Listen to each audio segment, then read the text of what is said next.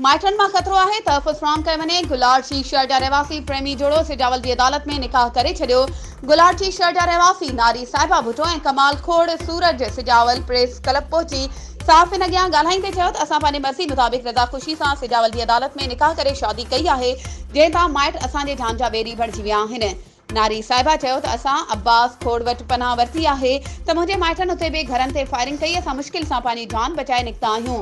हुननि इल्ज़ाम हणंदे चयो त हनीफ खोड़, अनवर खोड़, लतीफ़ खोड़, जलाल खोड़, सचू भुट्टो, अंगारियो भुट्टो ऐं ॿिया असांखे जान खां मारण जूं धमकियूं ॾेई रहिया आहिनि। हुननि IG Sindh, DIG Hyderabad, SSP Badin ऐं ॿियनि वसवारनि खे अपील कई आहे त असांखे पंहिंजे माइटनि मां जान जो ख़तरो आहे, तहफ़ुज़ फ़राहम कयो वञे ऐं असांखे पंहिंजे मर्ज़ी मुताबिक़ ज़िंदगी गुज़ारण जो हक़ ॾिनो वञे। वधीक ख़बरुनि ऐं अपडेट्स जे लाइ असांजे चैनल खे सब्सक्राइब कयो ऐं हा, बेल आइकन खे प्रेस करणु न विसारिजो त जीअं असांजी हर नई अचण वारी वीडियो तव्हां ताईं पहुची